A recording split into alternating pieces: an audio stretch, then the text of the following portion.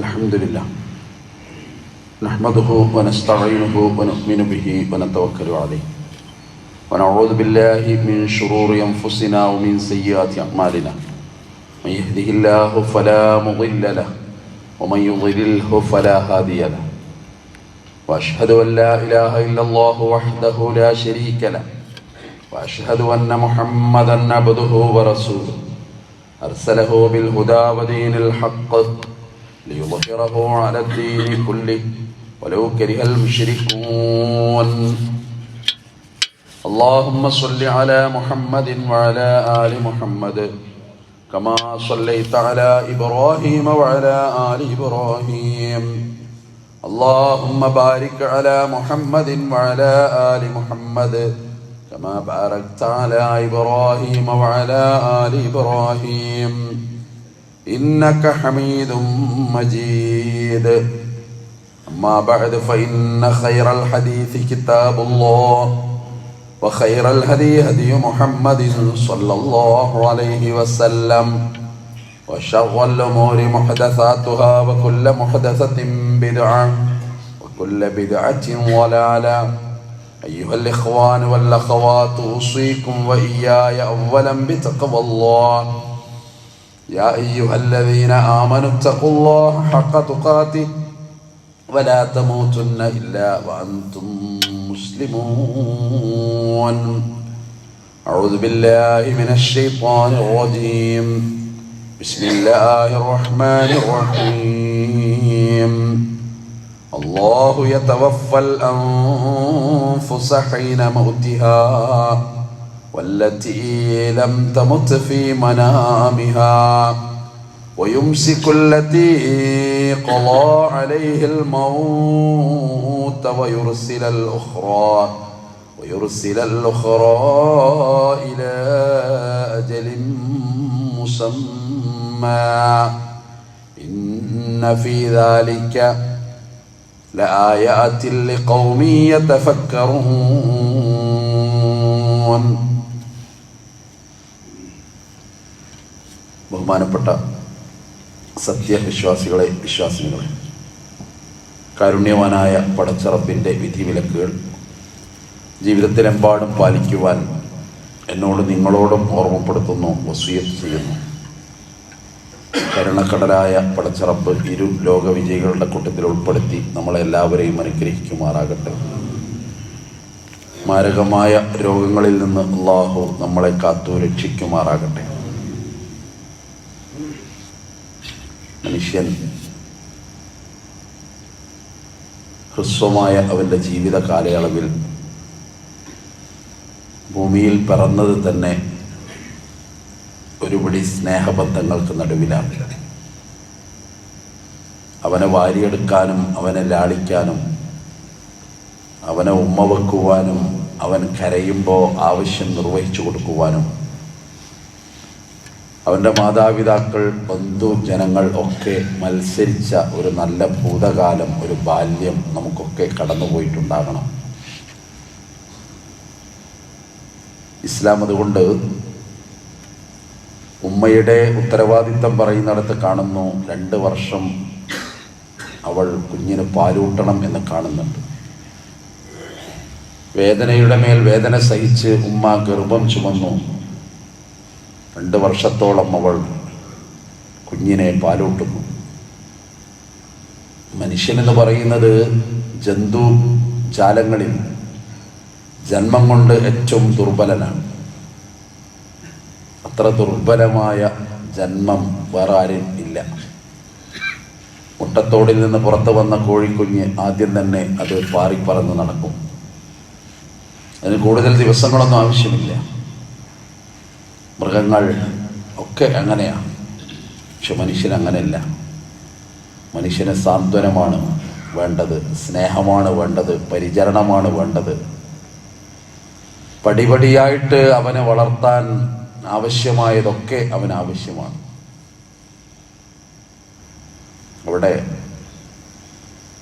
മനുഷ്യനെ സംബന്ധിച്ചിടത്തോളം അങ്ങനെ ഒരു വൃത്തത്തിലൂടെ കടന്നു വന്ന മനുഷ്യന്മാർ, ഒരുപാട് ബന്ധങ്ങളുടെ കടപ്പാടുകളുടെ ഇടയിൽ ജീവിക്കുന്ന മനുഷ്യന്മാർ, കഴിഞ്ഞ ആഴ്ച അതാ പറഞ്ഞത്, എല്ലാ ബന്ധങ്ങളെപ്പറ്റി പറയുമ്പോഴും അതിൻ്റെ അവസാനം എത്തിച്ചേരുന്നത് അള്ളാഹുവിലാണ്. ബന്ധങ്ങളെപ്പറ്റി പറഞ്ഞിട്ടൊക്കെ ഖുർആൻ പറയുന്നൊരു വാക്കുണ്ട്, ഇലയ്യൽ മസീർ, നിങ്ങൾ എൻ്റെ അടുത്തേക്കാ മടങ്ങി വരിക എന്നാണ്. മാതാപിതാക്കൾക്ക് നന്മ ചെയ്യുന്നതിനെ കുറിച്ച് പറയുന്നിടത്ത് ഇഹ്സാൻ എന്ന ഒരു പദം കാണുന്നുണ്ട്. അള്ളാഹു നിങ്ങളെ നിരീക്ഷിച്ചു കൊണ്ടിരിക്കുന്നു എന്നാണ് ഇതിൻ്റെ അർത്ഥം. നിങ്ങൾ അവനെ കാണുന്നില്ലെങ്കിലും അവൻ നിങ്ങളെ സദാ കണ്ടുകൊണ്ടിരിക്കുന്നു എന്നാണ് അർത്ഥം. അള്ളാഹുവിനെ നിങ്ങൾ സൂക്ഷിക്കണമെന്ന് പറഞ്ഞെടുത്ത് വല്ല അർഹാം, ആ കുടുംബ ബന്ധങ്ങളെ നിങ്ങൾ സൂക്ഷിക്കണമെന്ന് സൂറത്തുൻ നിസാഇന്റെ തുടക്കത്തിൽ തന്നെ പറയുന്നുണ്ട്. ജീവിതത്തിൻ്റെ ഏറ്റവും പ്രയാസകരമായ, ഏറ്റവും പരീക്ഷണ കാലഘട്ടം എന്ന് പറയുന്നത് വാർദ്ധക്യമാണ്. 5 ഘട്ടങ്ങൾ ഖുർആൻ പറഞ്ഞിട്ട് അതിലൊരു ഘട്ടം പറയുന്നത് തകാസുറും ഫിൽ അംവാലി വൽ ഔലാദ്, അവർ മക്കളെക്കുറിച്ചും ധനത്തെക്കുറിച്ചും പെരുമ പറയുന്ന ഒരു കാലം എന്നാണ്. സ്വന്തമായിട്ടൊന്നും പറയാനുണ്ടാവില്ല അവർക്ക്. അപ്പൊ ഭൂതകാലത്തിന്റെ ഓർമ്മകളിൽ വളർന്നു വരുന്ന മക്കളുടെ നന്മകളും അവരെത്രമേൽ അവഗണിച്ചാലും അവരെക്കുറിച്ച് ഏറ്റവും നല്ല വാക്കുകൾ മറ്റുള്ളവരോട് പറയാൻ, വാർദ്ധക്യം എന്ന് പറഞ്ഞാൽ അതാണ്. അത് ഒരു മനുഷ്യനെ സംബന്ധിച്ചിടത്തോളം അത് പരിഗണന അർഹിക്കുന്ന കാലമാണ്, ഏറെ പരിഗണിക്കേണ്ട ഒരു കാലമാണ്. ഒരുപാട് തലങ്ങൾ അതിന് കാണാം. വൈകാരികമായ തലത്തിൽ അഥവാ കരുതൽ, സ്നേഹം അവർക്ക് കൊടുക്കണം. അവരെ നോക്കുന്നുണ്ട്, അവരെ പരിഗണിക്കുന്നുണ്ട്, അവരെ ശ്രദ്ധിക്കുന്നുണ്ട് എന്നവർക്ക് തോന്നണം. അവഗണനയാണ് എനിക്ക് എന്ന് ഒരു മാതാവിന് തോന്നരുത്, ഒരു പിതാവിന് തോന്നരുത്. നമ്മളാക്കാൻ ഉരുകിത്തീർന്ന ഈ വിളക്കുമാടങ്ങളെ ദുഃഖിപ്പിക്കരുത്. പുതിയ കാലത്ത് അതൊക്കെ വലിയ പ്രശ്നമാണ്. മക്കളൊക്കെ ടൂർ പോവുക, അപ്പോൾ വല്യപ്പാനോട് പറയും, നിങ്ങൾ പോരണ്ട, ഞങ്ങൾ പോയി വരാം, നിങ്ങൾ ഗുളികയൊക്കെ കടിച്ച് ഇവിടെ കിടന്നോളൂ, നിങ്ങൾ അഥവാ പോന്ന നിങ്ങൾക്ക് ഛർദിയാണ്.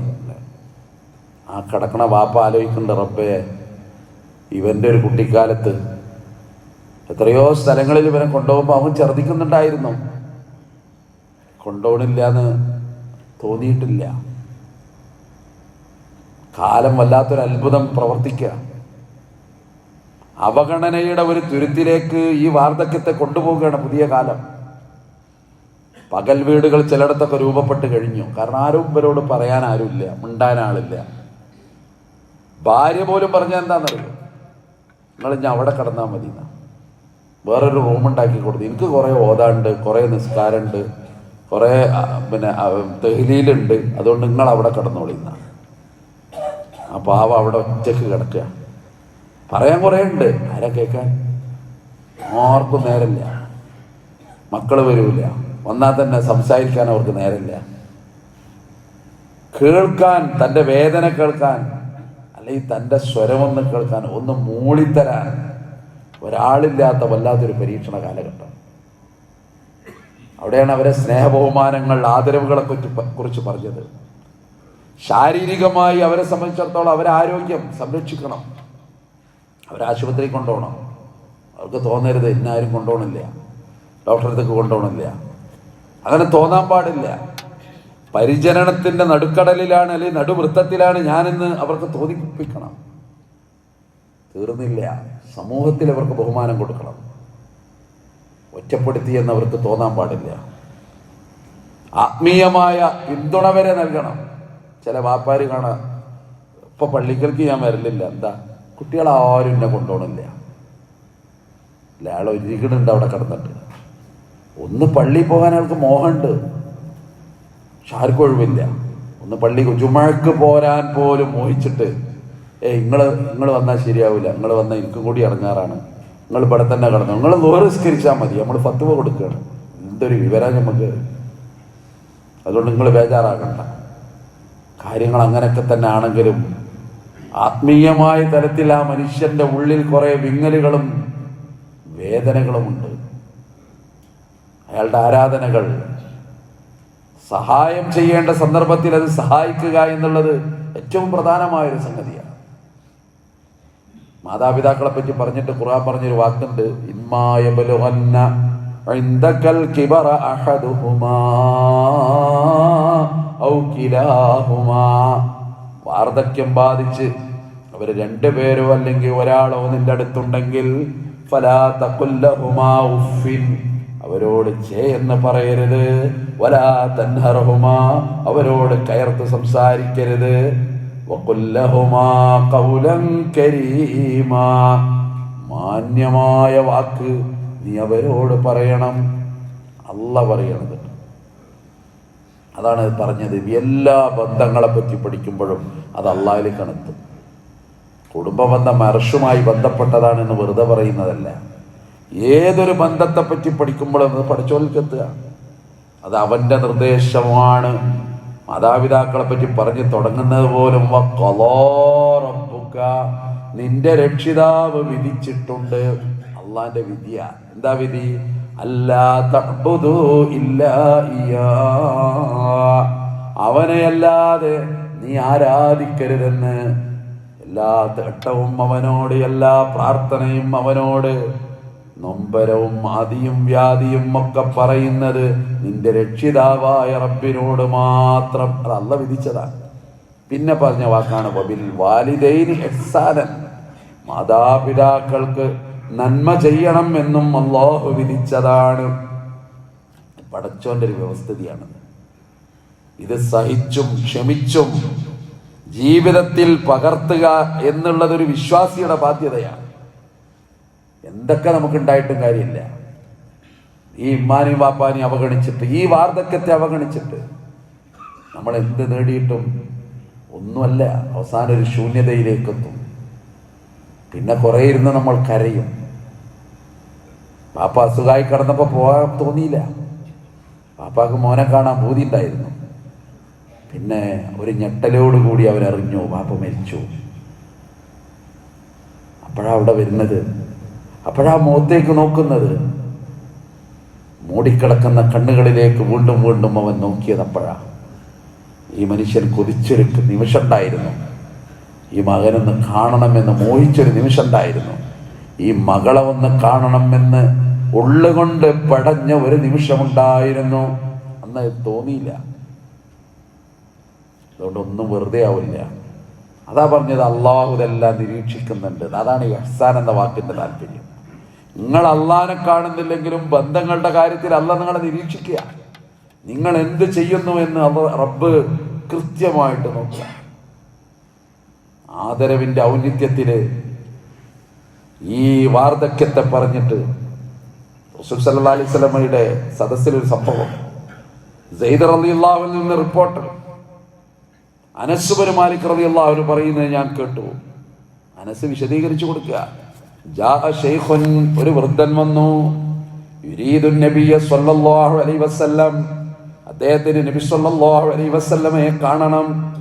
നബിയുടെ അടുത്തേക്ക് ഒരു വൃദ്ധൻ ഇങ്ങനെ കടന്നു വന്നു. വൃദ്ധനായ സ്വഹാബി, നല്ല തിരക്കാപ്പ അവിടെ.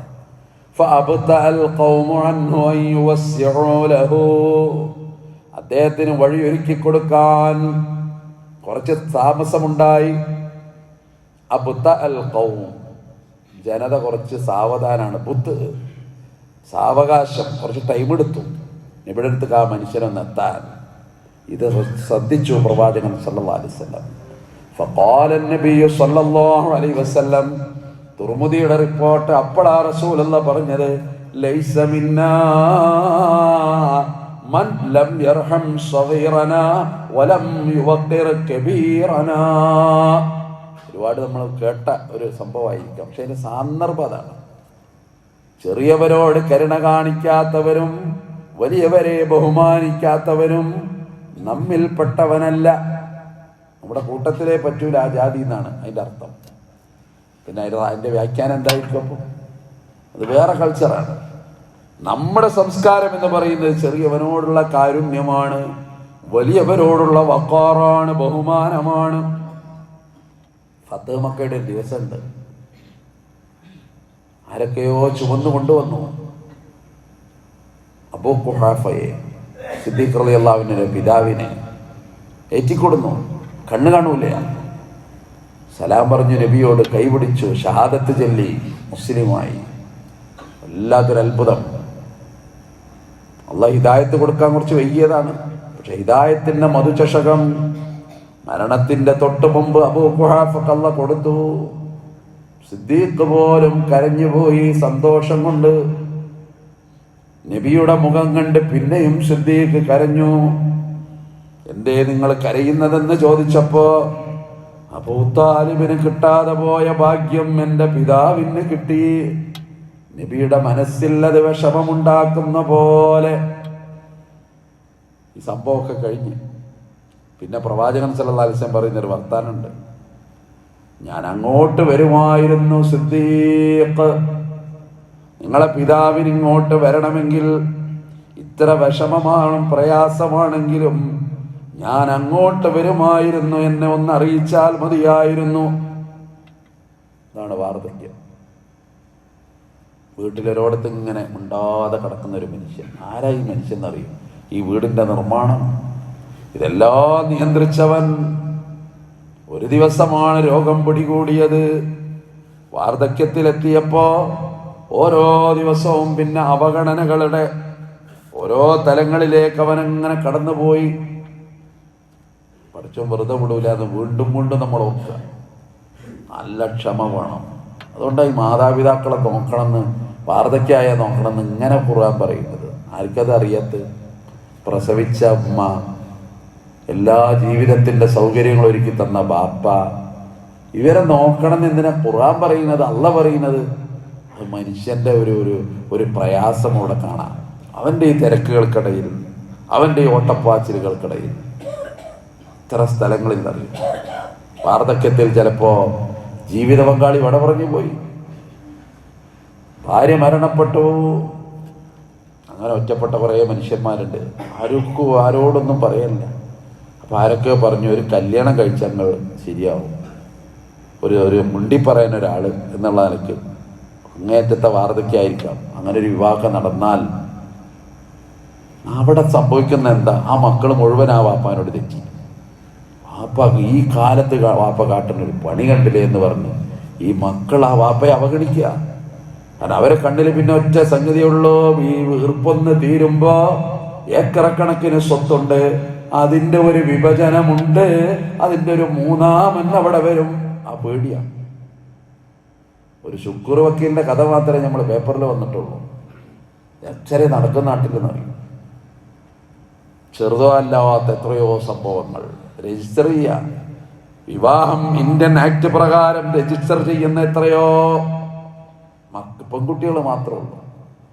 അപ്പൊ നിയമം അന്വേഷിച്ചപ്പോ സ്വത്ത് ആണുങ്ങൾ, അതായത് ജ്യേഷ്ഠനോ അനുജനോ ഉണ്ടെങ്കിൽ അവർക്ക് പോകും. അത് എത്രമേൽ എഴുതി കൊടുത്തിട്ടും കാര്യമില്ല. ഒരാൾക്ക് പരാതി കൊടുത്താൽ അങ്ങനെയാണെന്ന് വകുപ്പ്. സ്വാഭാവികമായിട്ടും ഇപ്പം പിന്നെ ഈ ഒരു ഏർപ്പാടാണ്. കുറച്ച് ആളുകളെ കൊണ്ട് രജിസ്റ്റർ ഓഫീസിൽ പോയിട്ട് അള്ളാന്റെ നിയമത്തിനെതിരായിട്ട് ഒപ്പിട്ട് കൊടുക്കാൻ എത്ര പേരെന്നറിയുമോ? ഇത് അള്ളാഹുവിന്റെ നിയമമാണ്. ആരാണോ അള്ളാന്റെ നിയമത്തെ അതിലംഘിക്കുന്നത്, ഈ സ്വത്തവകാശത്തെ പറ്റിയൊക്കെ പറഞ്ഞിട്ട് ഖുർആൻ പറയുന്ന വാക്കുണ്ട്, തിൽക ഹുദൂദുല്ലാഹ്, ഇത് അള്ളാന്റെ നിയമമാണെന്ന. അതങ്ങനെ തന്നെ നമ്മളെ ബുദ്ധി ചിന്തയൊക്കെ നോക്കുമ്പോ എന്താ ആണിന്റെ നേരെ പകുതിയെ പെണ്ണിന് കിട്ടൂ, അതിൽ വിവേചനമാണ്. അന്തിച്ചർച്ചകളിൽ ചില ആളുകൾ പറയുമ്പോ സമുദായത്തിലെ പെണ്ണുങ്ങളും പറയാണിതിൽ വിവേചനമാണ്. ദീനിന്റെ ശരീഅത്തിന്റെ നിയമങ്ങളെ ചുട്ടുചാമ്പലാക്കുന്ന നാവിന്റെ പ്രയോഗങ്ങൾ നടക്കുന്നു. അത് മറ്റൊരു തലമാണ്. ഞാൻ പറഞ്ഞു വന്നത് ഇങ്ങനെ ഒരുപാട് സംഗതികൾ. അതുകൊണ്ട് അവഗണിക്കപ്പെടേണ്ടതല്ല വാർദ്ധക്യം, പരിഗണിക്കപ്പെടേണ്ടതാണ് വാർദ്ധക്യം. സലാം പറയാൻ പ്രാധാന്യം പഠിപ്പിച്ചു, അതിന്റെ നിയമങ്ങളും പഠിപ്പിച്ചു. അഫ്ശുസ്സലാമ ബൈനക്കും, നിങ്ങൾ സലാം പറയുമ്പോ വ്യാപിപ്പിക്കുമ്പോ നിങ്ങൾക്കിടയിൽ സ്നേഹം ഉണ്ടാകും. അവലാ അദുല്ലുക്കും അലാ ശൈഇൻ അൻ തഹാബബതും, നിങ്ങൾക്കിടയിൽ സ്നേഹമുണ്ടാക്കാൻ പറ്റിയ ഒരു സംഗതി ഞാൻ നിങ്ങൾക്ക് പറഞ്ഞു തരട്ടെയോ? അഫ്ശുസ്സലാമ ബൈനക്കും, നിങ്ങൾ കാണുമ്പോ പരസ്പരം നിങ്ങൾ സലാം പറയുക. സഹാബികൾ തുടങ്ങി, ആവേശം കൊണ്ട് തുടങ്ങി. അപ്പൊ ആരാ ആദ്യം പറയാ?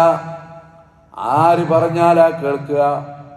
അപ്പൊ ഈ തുടക്കക്കാരൻ ആര്? അതിനൊരു വ്യവസ്ഥ ഉണ്ടാക്കി. യുസല്ലിമു സഗീറു അലൽ കബീർ, പ്രായത്തിൽ കുറഞ്ഞവർ പ്രായത്തിൽ കൂടിയവരോടാണ് സലാം പറഞ്ഞു തുടങ്ങേണ്ടത്. വൽ മർറു അലൽ ഖാഇദ്, നടന്നു വരുന്നവർ ഇരിക്കുന്നവർക്കാണ് സലാം പറയേണ്ടത്. വൽ ഖലീലു അലൽ കസീർ, കുറച്ചാളുകൾ കൂടുതൽ ആളുകൾക്കാണ് സലാം പറയേണ്ടത്. അങ്ങനൊക്കെ മര്യാദ പഠിപ്പിച്ചെടുത്ത് പ്രായത്തിൽ കുറഞ്ഞവർ പ്രായത്തിൽ കൂടുതലുള്ളവർക്ക് എന്ത് ചെയ്യുക? സലാം പറയുക. ഞാൻ ഓതി വെച്ച ആയത്തതാണ്. അള്ളാഹ് നമ്മളെ മരിപ്പിക്കുന്ന ഖുർആൻ പറയുക, അല്ലാഹു യതവഫൽ അൻഫുസ ഖൈറ മൗതിഹാ, മരണ സമയത്ത് ആത്മാവുകൾ പടച്ചോൻ ഏറ്റെടുക്കും. വല്ലതീ ലം തമത് ഫീ മനാമിഹാ, മരിക്കാതെ ഉറങ്ങിക്കിടക്കുന്നവന്റെയും ആത്മാവിനെ അള്ളാഹ് ഏറ്റെടുക്കും. ഉറക്കം ഒരു മരണത്തിന് സമാനമാണ്. ഖുർആൻ പറയാട്ടോ, സുമർ സൂറത്തിലെ 42-ാമത്തെ ആയത്ത്, അതിന്റെ വ്യാഖ്യാനമൊക്കെ ഇങ്ങനെ വായിക്കണം നമ്മൾ. ഉറങ്ങിക്കിടക്കുന്നവൻ അവന്റെ ആത്മാവും അള്ളാഹ് എടുത്തു. വയുംസികുല്ലതീ ഖളാ അലൈഹിൽ മൗത്ത്, അവന്റെ മരണം നിശ്ചയിക്കപ്പെട്ടവന്റെ ആത്മാവിനെ അള്ളാഹ് പിടിച്ചു വെച്ചു. പിന്നെ തിരിച്ചു കൊടുക്കണില്ല. അവിടെ മരിച്ചു ആ രാത്രി. അങ്ങനെ എത്ര ആളുകൾ. അവിടെ ഞാൻ നേരത്തെ പറഞ്ഞത്, ഇണയോട് എന്തൊക്കെയോ പറയാൻ മോഹമുണ്ട്, ഇച്ചിരി വെള്ളം തരണം എന്ന് പറയാൻ. ആ വാർദ്ധക്യത്തിൽ ആ പാവം പിതാവിന് മോഹമുണ്ട്. പക്ഷെ അടുത്ത് കിടക്കേണ്ടവർ എത്രയോ ദൂരെ പോയി വേറെ റൂമിൽ കിടക്കുന്ന ഒരു കൾച്ചർ നമ്മുടെ നാട്ടിൽ എങ്ങനെ വന്നു? ഒരു സമൂഹത്തിൽ എങ്ങനെ വന്നു? ഇബാദത്തിന്റെ പേരും പറഞ്ഞിട്ട് മരണം വരെ ശയ്യ പങ്കിടേണ്ടവർ അവരെങ്ങനെ വേറെ നിന്നു? അല്ലേ അത്ഭുതമാണ് ഖുർആന്റെ ആയത്ത്. എന്നിട്ട് പിന്നെ പറഞ്ഞു, വയുർസിലൽ ഉഖ്റാ ഇലാ അജലിൻ മുസമ്മാ, മരിക്കാത്ത ആളുകളുടെ ആത്മാവ് അല്ലാഹ് തിരിച്ചയക്കും ഒരു നിശ്ചിത അവധി വരെ. അതുകൊണ്ട് ഉറക്കത്ത് നിന്ന് എണീറ്റപ്പോ റസൂലുള്ളാഹി നമ്മളെ പഠിപ്പിച്ച ദുആ എന്താ? അൽഹംദുലില്ലാഹില്ലദീ അഹ്യാനാ ബഅദമാ അമാതനാ, ഞങ്ങളുടെ മരണത്തിന് ശേഷം ഞങ്ങളെ വീണ്ടും ജീവിപ്പിച്ച റബ്ബേ നിനക്ക് സർവസ്തുതിയും. ഈ ആയത്തും ആ ഹദീസും ഒക്കെ വല്ലാതൊരു ബന്ധപ്പെട്ട് കിടക്കുക. സാന്നിധ്യം കൊതിക്കുന്ന ചില നേരങ്ങളുണ്ട് അല്ലെ? വെള്ളം ചോദിച്ചു ചില പെരയിൽ, എത്ര കഴിഞ്ഞിട്ടാ വാപ്പാക്ക് വെള്ളത്തിന് ഇപ്പൊ തന്നിട്ടുള്ളൂ നിങ്ങൾക്ക് വെള്ളങ്ങൾ, അവിടെ മുണ്ടാതെ കിടന്നോളൂ അല്ലെ? അൽഷിമേഴ്സ് എന്ന് പറയുന്ന രോഗം വന്ന എത്ര ആളുകൾ, വീടേതാന്നറിയാത്ത ആളുകൾ, മകനാണ് വന്നതെന്നറിയാത്ത എത്ര ബാപ്പമാർ. ആരാ വന്നത്? ജീവിത പങ്കാളിയെപ്പോലും കണ്ടറിയാത്ത കുറെ പാവങ്ങൾ. റസൂലുള്ളാഹിന്റെ ഒരു കനം നിറഞ്ഞ ദുആയുണ്ട്. ഓരോ നമസ്കാര ശേഷവും അവിടെ നിന്ന് ദുആ ചെയ്തതാണ്. അല്ലാഹുമ്മ ഇന്നി അഊദു ബിക മിനൽ ജുബ്നി വൽ ബുഖൽ, ഭീരുത്വത്തിൽ നിന്നും പിശുക്കിൽ നിന്നും അല്ലാഹ് നിന്നിൽ ഞാൻ അഭയം തേടുന്നു. വഅഊദു ബിക അൻ നുറദ്ദ ഇലാ അർദലിൽ ഉമർ, ആയുഷിന്റെ ദുർബലമായ അവസ്ഥയിൽ ഞാൻ എത്തുന്നതിൽ നിന്നും റബ്ബേ ഞാൻ നിന്നിൽ അഭയം തേടുന്നു. അതാണ് ആ അവസ്ഥ. ഉൾക്കൊള്ളാൻ പറ്റണം അല്ലേ? ഇവര് ചായ തന്നില്ല, ബഹള ചില പേരില്. ആരോ വന്നപ്പോ വാപ്പ പറഞ്ഞു ചായ തന്നിട്ട്, ചായ കുടിച്ചില്ല, ഇല്ല ചായ കിട്ടിയിട്ടില്ല. പാവം മറന്നതാ, കുടിച്ചു. അപ്പൊ ആ വീട്ടിലുള്ള ആളുകൾ ബഹളം വെക്കുക. തന്തക്ക് ഇപ്പൊ കൊടുത്തിട്ടുള്ളൂ, ഇപ്പൊ കണ്ടില്ലേ തന്ത പറയണ്. അള്ളാഹു കാത്തുരക്ഷിക്കുമാറാകട്ടെ. വല്ലാത്തൊരവസ്ഥയാണ്. നമുക്കെ പറ്റി അതിനെപ്പറ്റി അറിയൂല പ്രിയപ്പെട്ടവർ. അതിന്റെ ആഴെത്രയെന്ന് അറിയില്ല, എത്ര ആളുകൾ എന്നറിയില്ല. അതാണിപ്പോ ഈ വയോജനങ്ങളൊക്കെ ഒരു ടൂർ സംഘടിപ്പിച്ച കണ്ടില്ലേ, 60-70 ആയ ആളുകളൊക്കെ പേര് കൊടുത്തു അവരിങ്ങനെ ബസ്സിൽ പോവുക. അപ്പൊ എന്താ, ഇവർക്ക് വീട്ടിൽ നിന്ന് വരെ കൊണ്ടുപോകണില്ല. ഒന്നും ഉണ്ടാൻ, ഒന്ന് പറയാൻ, പാർക്ക് കാണാൻ, നദികൾ കാണാൻ. ഇളങ്കാറ്റ് ആസ്വദിക്കാൻ, ഭൂതകാലത്തിൻ്റെ ഓർമ്മകളിൽ മോഹിച്ചുപോയ ഒരുപാട് മനുഷ്യന്മാർ. അതുകൊണ്ട് അവരെ പരിഗണിക്കുക എന്നുള്ളത് ദീനുൽ ഇസ്ലാമിൻ്റെ ഏറ്റവും പ്രധാനപ്പെട്ടതാണ്. അതുകൊണ്ടാണ് കാരുണ്യത്തിൻ്റെ ചിറക് താഴ്ത്തിക്കൊടുക്കുക, നല്ല വാക്ക് അവരോട് പറയുക, അവർക്ക് വേണ്ടി റബ്ബിനോട് ദുആ ചെയ്യുക തുടങ്ങിയ അനേകം കാര്യങ്ങൾ പരിശുദ്ധ ഇസ്ലാം ഗൗരവത്തോടെ നമ്മളെ പഠിപ്പിക്കുക. ഈ അടുത്തൊരു പാലിയേറ്റീവിലെ ഒരു സുഹൃത്ത് പറഞ്ഞൊരു അനുഭവം അത്ഭുതം തോന്നി. മക്കളൊക്കെ സമ്പന്നന്മാരാണ്, ഉമ്മ മാത്രം ഉമ്മാനെ നോക്കാൻ ആളില്ല. അവസാനം പാലിയേറ്റീവ് ഏറ്റെടുത്തു. മക്കളോട് സമ്മതം ചോദിച്ചു, ഞങ്ങൾ നോക്കട്ടെ, നോക്കിക്കോളൂ, ഞങ്ങൾക്ക് വിരോധമൊന്നുമില്ല. തിരിഞ്ഞു നോക്കൂല മക്കള്. ഉമ്മാക്കാണ് ഈ സ്വത്ത് ധാരാളമുണ്ട്, അതെടുത്തിട്ട് പാലിയേറ്റീവ് നോക്കുകയാണ്. ദീർഘകാലം അങ്ങനെ രോഗത്തിൽ കിടന്നു. അവസാനം ഉമ്മ മരിച്ചിട്ട് ഒരുപാട് പാസ്ബുക്കുകൾ ആ ഉമ്മയുടെ ഉണ്ടായിരുന്നു. അതിലൊക്കെ നോമിനി എഴുതിയത് കണ്ടിട്ട് മക്കൾ പൊട്ടി കരയാ. എല്ലാ പേരും മക്കളെ പേരെഴുതിയിരിക്കണത്, ഓരോ മക്കളെ പേരും ഉമ്മ നോമിനിയായി എഴുതിയിരിക്കാം. മക്കൾ വിചാരിച്ചു ഉമ്മ ഒക്കെ പാലിയേറ്റീവിന് എഴുതി കൊടുത്തിട്ടുണ്ടാവും, മക്കളെ ഉമ്മക്ക് ചെയ്യാൻ പറ്റും. ഇപ്പം ആ മക്കൾ അന്തം വിട്ടിരിക്കുക. അതാ മനുഷ്യൻ്റെ അവസ്ഥ. അതുകൊണ്ട് പ്രിയപ്പെട്ടവരെ, വാർദ്ധക്യം എന്ന് പറയുന്നത് അതൊരു പരീക്ഷണ കാലഘട്ടമാണ്. ജീവിതത്തിൻ്റെ ബാല്യം ഒരു പരീക്ഷണമായിരുന്നു. പക്ഷെ അന്ന് സ്നേഹിക്കാൻ ആളുണ്ടായിരുന്നു, അന്ന് ലാളിക്കാൻ ആളുണ്ടായിരുന്നു, അന്ന് ഉമ്മ വെക്കാൻ ആളുണ്ടായിരുന്നു. വാർദ്ധക്യം അങ്ങനെ പരിഗണിക്കേണ്ട കാലമാണ്. അതുകൊണ്ട് അവരെ സ്നേഹിക്കണം, അവർക്ക് വേണ്ടി ത്യാഗം ചെയ്യണം. അത് ദീനിൻ്റെ പരമപ്രധാനമാണ്. അത് റബ്ബുമായി ബന്ധപ്പെടുന്ന ഏറ്റവും പ്രധാനപ്പെട്ട തലമാണ് എന്ന് ഉൾക്കൊള്ളാൻ സാധിക്കണം. അവരോട് നീതി പുലർത്താൻ, അവരോട് മാന്യമായി പെരുമാറാൻ നമുക്ക് സാധിക്കണം. റബ്ബ് നമുക്കതിന് തൗഫീഖ് നൽകി അനുഗ്രഹിക്കുമാറാകട്ടെ.